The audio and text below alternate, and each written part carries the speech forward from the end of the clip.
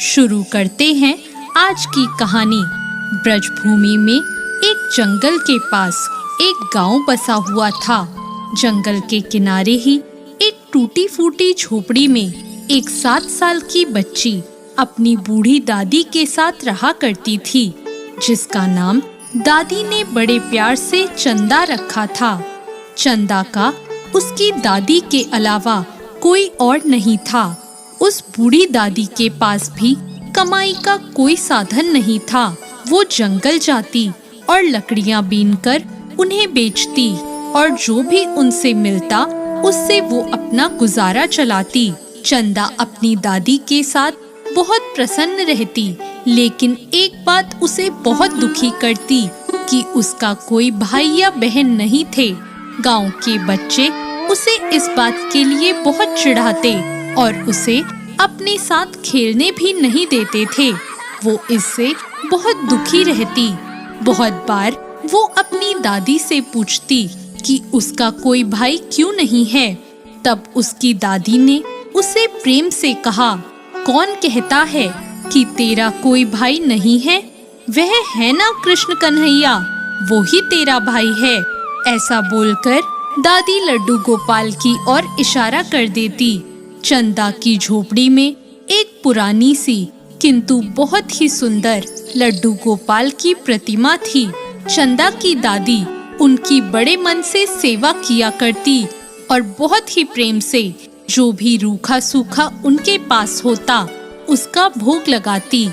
चंदा भी भोलेपन में लड्डू गोपाल को ही अपना भाई मानने लगी और जब वो दुखी होती तो लड्डू गोपाल के सामने बैठकर उनसे बात करने लगती और कहती, भाई तुम मेरे साथ खेलने क्यों नहीं आते? सब बच्चे मुझे चिढ़ाते हैं। क्या तुम मुझसे रूठ गए हो जो एक बार भी घर नहीं आते? मैंने तो तुमको कभी देखा भी नहीं। अपनी बाल कल्पनाओं में खोई चंदा लड्डू गोपाल से अपने मन का सारा दुख कह देती। चंदा का प्रेम निश्चल था। वह अपने भाई को पुकारती थी। उसके प्रेम के आगे भगवान भी नतमस्तक हो जाते थे, किंतु उन्होंने कभी कोई उत्तर नहीं दिया। एक दिन चंदा ने अपनी दादी से पूछा, दादी मेरे भाई घर क्यों नहीं आते? वो कहाँ रहते हैं? तब दादी ने उसको टालने के लिए कहा, तेरा भाई जंगल में रहता है, एक दिन वो जरूर आएगा। चंदा ने पूछा, क्या उसको जंगल में डर नहीं लगता? वह जंगल में क्यों रहता है दादी? तब दादी ने उत्तर दिया, वह किसी से नहीं डरता। उसको गांव में अच्छा नहीं लगता ना, इसलिए वो जंगल में रहता है। धीरे धीरे रक्षाबंधन का दिन पास आने लगा। गांव में सभी लड़कियों ने अपने भाइयों के लिए राखी खरीदी। वह चंदा को चिढ़ाने लगी कि तेरा तो कोई भाई नहीं है, तू किसे राखी बांधेगी? अब चंदा का सब्र टूट गया। वह घर आकर जोर जोर से रोने लगी। दादी के पूछने पर उसने सारी बात बताई। तब उसकी दादी ने उसे प्यार से समझाया कि बच्ची तू रो मत, तेरा भाई जरूर आएगा। लेकिन चंदा का रोना नहीं रुका और वो लड्डू गोपाल की प्रतिमा के पास जाकर उनसे लिपटकर रोने लगी और बोली, भाई तुम क्यों नहीं आते? सब अपनी बहन से राखी बंधवाते हैं। उधर गोविंद भी चंदा की चेष्टाओं के साक्षी बन रहे थे। रोते रोते चंदा को याद आया कि दादी ने कहा था कि भाई जंगल में रहता है। बस फिर क्या था, वो दादी को बिना बताए नंगे पांव ही जंगल की ओर दौड़ पड़ी और उसने मन में ठान लिया था कि वह आज अपने भाई को लेकर ही आएगी। जंगल की कांटों भरी राह पर मासूम दौड़े जा रही थी। श्री गोविंद उसके साक्षी बन रहे थे। तभी श्री हरि गोविंद पीढ़ा से कर्रा उठे। उनके पांव से भी रक्त बह निकला। आखिर हो भी क्यों ना, श्री हरि का कोई भक्त पीड़ा में हो और भगवान को पीड़ा ना हो, ऐसा कैसे संभव है? जंगल में नन्ही चंदा के पाँव में कांटा लगा तो भगवान भी पीड़ा से कर्रा उठे। उधर चंदा के पैर से भी रक्त बह निकला और वह वहीं बैठकर रोने लगी। तभी भगवान ने अपने पाँव में भी उसी स्थान पर हाथ फेरा जहाँ कांटा लगा था।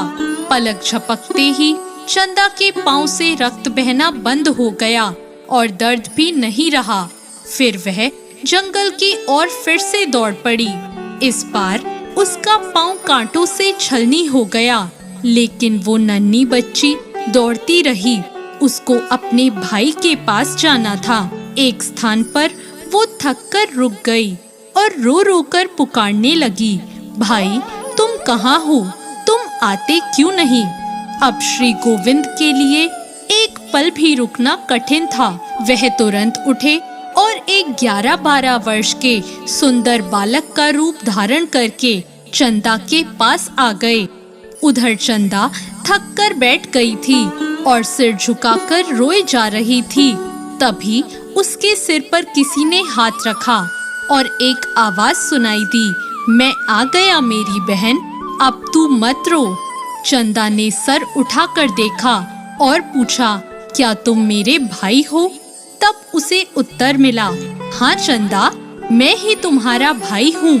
यह सुनते ही चंदा अपने भाई से लिपट गई और फूट फूट कर रोने लगी। और तब भक्त और भगवान के बीच की भक्ति भाव का एक अनूठा दृश्य उत्पन्न हुआ। भगवान वहीं धरती पर बैठ गए और उन्होंने नन्ही चंदा के कोमल पैरों को अपने हाथ में लिया और उन्हें प्रेम से देखा। वो बड़ा ही अद्भुत दृश्य था। बहन भाई को पाने की प्रसन्नता में रो रही थी और भगवान भक्त के कष्ट को देखकर रो रहे थे। श्री हरि ने अपने हाथों से चंदा के पैर में चुभे एक एक कांटे को बड़े प्रेम से निकाला और उसके पैरों पर अपने हाथों का स्पर्श किया। पल भर में सभी कष्ट दूर हो गए। चंदा अपने भाई का हाथ पकड़कर बोली, भाई तुम घर चलो, कल रक्षाबंधन है, मैं भी तुम्हें राखी बांधूंगी। भगवान बोले, अब तू घर जा, दादी प्रतीक्षा कर रही होंगी, मैं कल सुबह ही घर जरूर आऊंगा। ऐसा कहकर उसको विश्वास दिलाया और जंगल के बाहर तक छोड़ने आए। चंदा बहुत प्रसन्न थी और उसकी सारी चिंताएं मिट गई थी। दादी का उसकी चिंता में रो रो कर बुरा हाल था। चंदा को देखते ही दादी ने उसे प्यार से गले लगा लिया। चंदा बोली, दादी कल मेरा भाई आएगा, मैं उसे राखी बांधूंगी। दादी ने सोचा जंगल में कोई बालक मिल गया होगा जिसे वो अपना भाई समझ रही है। चंदा ने दादी से जिद करी और एक सुंदर सी राखी अपने भाई के लिए खरीदी। अगले दिन सुबह नहा धोकर अपने भाई की प्रतीक्षा के लिए द्वार पर ही बैठ गई। उसको ज्यादा इंतजार नहीं करना पड़ा। थोड़ी देर में वो बालक सामने से आता हुआ दिखाई दिया। उसको देखते ही चंदा प्रसन्नता से चीख उठी, दादी भाई आ गया। और वह दौड़कर अपने भाई के पास पहुंच गई और उसका हाथ पकड़कर उसे घर ले आई। चंदा ने भाई को तिलक किया और उसकी आरती उतारी और उसे राखी बांधी। सुंदर राखी देखकर भाई बहुत प्रसन्न था। भाई के रूप में भगवान उसके प्रेम को देखकर विभोर हो उठे। अब बारी उनकी थी। भाई ने अपने साथ लाए हुए झोले को खोला तो उसमें खुशियों का अंबार था। सुंदर कपड़े, मिठाई, खिलौने और बहुत कुछ। चंदा को मानो पंख लग गए थे। उसकी प्रसन्नता का ठिकाना नहीं था। कुछ समय साथ में रहने के बाद बालक बोला, अब मुझको जंगल वापस जाना है। चंदा उदास हो गई। तब भाई बोला, तू उदास मत हो, आज से मैं रोज तुझसे मिलने आऊंगा। उधर दादी हैरान थी कि यह बालक कौन है। भाई के जाने के बाद जब चंदा घर में वापस लौटी तो एकदम ठिठक गई। उसकी बांधी हुई राखी लड्डू गोपाल की प्रतिमा पर थी। उनके हाथों पर भी वही राखी बंधी थी जो उसने अपने भाई को बांधी थी। उसने ये देखकर दादी को बुलाया और दादी भी आश्चर्यचकित रह गई। दादी ने भी बचपन से कृष्ण की भक्ति करी थी। वह तुरंत जान गई कि वह बालक कोई और नहीं, स्वयं श्री हरि ही थे और उनके चरणों में गिरकर बोली, छलिया, जीवन भर तो छला, जीवन का अंत आया तो भी छलकर चले गए। वह चंदा से बोली, अरे वह बालक कोई और नहीं, तेरा यही भाई था। यह सुनकर चंदा भगवान की प्रतिमा से लिपटकर रोने लगी। चंदा बोली, भाई तुम यही हो तो सामने क्यों नहीं आते? दादी पोती का निर्मल प्रेम ऐसा था कि भगवान फिर से प्रकट हो गए और बोले, चंदा, हाँ मैं ही तुम्हारा भाई हूँ। तुमने मुझको पुकारा तो मुझे आना पड़ा और मैं कैसे नहीं आता।